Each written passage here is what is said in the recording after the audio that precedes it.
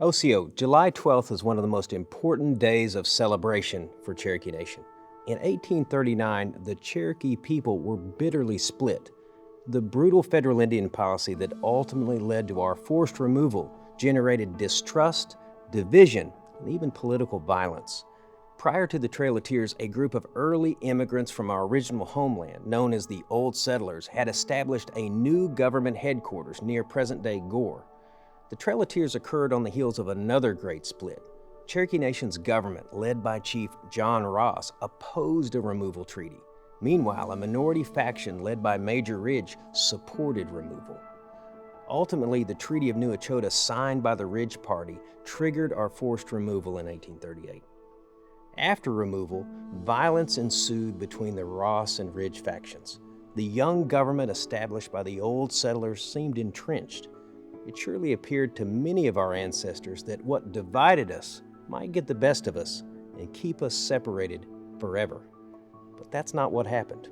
Instead, the Old Settler government eventually agreed to dissolve, and Cherokee Nation continued on as one government for one united people.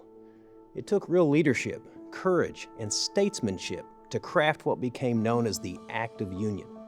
On July the 12th, 1839, we committed to heal divisions and work towards a new Constitution. Leaders like John Ross, William Cootie, George Lowry, John Looney, Jesse Bushyhead, Sequoyah, and others helped inspire and encourage Cherokees to set aside what had nearly torn us apart forever and instead focus on our common history and our common future. A few months later, our new Constitution was ratified. We celebrate that event as the Cherokee National Holiday. Our troubles wouldn't exactly vanish overnight, even with the Act of Union and our new Constitution. Our ancestors revisited the issue in 1846, finally putting any lingering disagreements to rest. But that enduring sense of unity would not have been possible without the 1839 Act of Union. Cherokee Nation, the same Cherokee Nation that existed before the founding of the United States, the same Cherokee Nation that is party to every treaty approved on behalf of the Cherokee people, would continue on as a single government. That government has continued uninterrupted to this day. We are the government with exclusive jurisdiction over the Cherokee Nation Reservation and the exclusive party to all Cherokee treaties with the United States.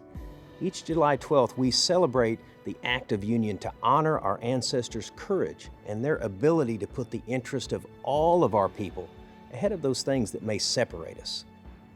Frankly, we also celebrate the Act of Union to set the record straight from time to time. Unfortunately, some people buy into the nonsense that Cherokee Nation remains split after removal, or that we even cease to exist at different times in history. Some people even confuse the creation of the Eastern Band of Cherokee Indians decades after the Act of Union and the creation of the United Kituah Band of Indians in Oklahoma by Congress in 1950 as evidence of some sort of enduring split. The creation of those bands of Cherokees are important points in history, but that has nothing to do with the divisions healed by the Act of Union or the uninterrupted existence of the Cherokee Nation. The 1839 Act of Union, along with our Constitution and our treaties, binds Cherokee Nation to its past and its future.